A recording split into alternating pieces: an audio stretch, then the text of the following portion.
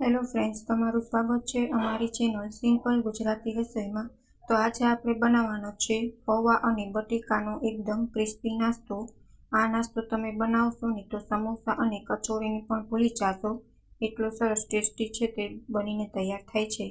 તો પૌવાનો નાસ્તો બનાવવા માટે અહીં મેં એક બાઉલ પૌવા લઈ લીધા છે। હવે તેને એક બર્તનમાં લઈને 2 થી 3 વાર પાણીમાં ધોઈને સાફ કરી લઈશું। આ નાસ્તો ફક્ત 15 જ મિનિટમાં બનીને તૈયાર થઈ જાય છે। એકદમ ટેસ્ટી અને ક્રિસ્પી બનીને તૈયાર થાય છે। તો અહીં મેં 2 થી 3 વાર પાણી છે પૌવા ધોઈને સાફ કરી લીધા છે। હવે તેને આપણે 1 ગ્લાસ પાણી એડ કરીને પલાળીને 5 મિનિટ સુધી રાખી દઈશું, જેથી આપણા પૌવા છે તે સારી રીતના પલળી જાય। તમે જોઈ શકો છો પૌવા સારી રીતના પલળીને તૈયાર થઈ ગયા છે। હવે અંદરનું જે પાણી છે તે આપણે કાઢી લઈશું। હવે અહીં મેં એક નંગ બટેકું લીધું છે, કાચું બટેકું લેવાનું છે। કાચું બટેકું એડ કરવાથી તમારો નાસ્તો છે ને તે એકદમ ક્રિસ્પી બનીને તૈયાર થાય છે। હવે તે બટેકાને મેં ખમણીમાં ખમણી લીધું છે। હવે કાચા બટેકાનું ખમણ અહીં મેં 2 કાંદા સુધારી લીધા છે, કાંદા એડ કરી દીધા છે। 2 નંગ લીલા મરચાં એડ કરી દીધા છે, લીલા ધાણા એડ કરી દઈશું। અને અહીં વધુ ટેસ્ટ આપવા માટે અહીં આપણે આદુનું છીણ કરી લઈશું। આ નાસ્તો એકવાર બનાવશો ને તો ખૂબ જ ટેસ્ટી બનીને તૈયાર થશે। હવે સ્વાદ અનુસાર મીઠું એડ કરી દઈશું। અહીં અડધી ચમચી હિંગ એડ કરશું અને 1 ચમચી જેટલી હળદર એડ કરી દઈશું, જેથી આપણો પકોડાનો કલર છે ને તે સરસ આવીને તૈયાર થાય।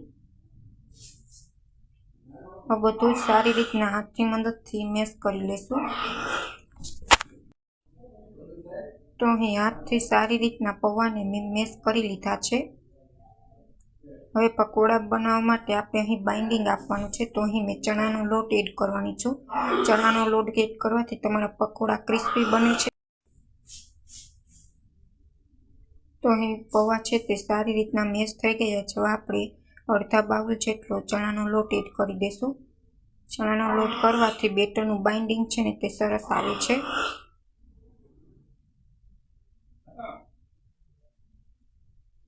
તો અહીં આપણું બેટર છે તે તૈયાર થઈ ગયું છે પકોડા બનાવવા માટે। જો તમને અમારી રેસીપી ગમે તો ચેનલને લાઈક કરજો, શેર કરજો અને સબસ્ક્રાઈબ કરજો। અને કમેન્ટમાં જરૂર કમેન્ટ કરીને જણાવજો કે તમને અમારી રેસીપી કેવી લાગી। તો પકોડા બનાવવા માટે બેટર પરફેક્ટ તૈયાર થઈ ગયું છે। હવે આપણે તેલ ગરમ થઈ ગયું છે, તેમાં નાની નાની પકોડી છે તે આપણે પાડીને મૂકી દઈશું તેલમાં તળાવવા માટે। બ્રાઉન થઈને ત્યાં સુધી તેલમાં સારી રીતના તેને ફ્રાય કરી લઈશું। ગેસની ફ્લેમ હાઈ રાખશું, જેથી આપણા પકોડીમાં તેલ છે તે ચડે નહીં।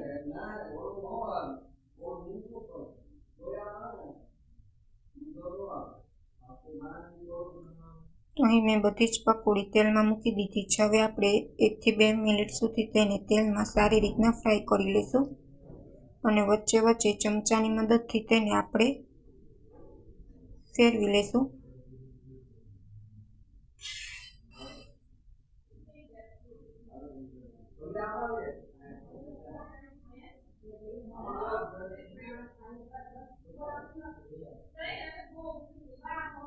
તો અહીં મેં પકોડા છે તે બધા જ તળીને તૈયાર કરી લીધા છે।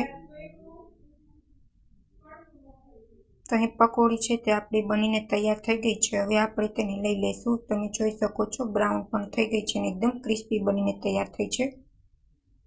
જો તમને અમારી રેસીપી ગમે તો ચેનલને લાઈક કરજો। Thank you for my watching video.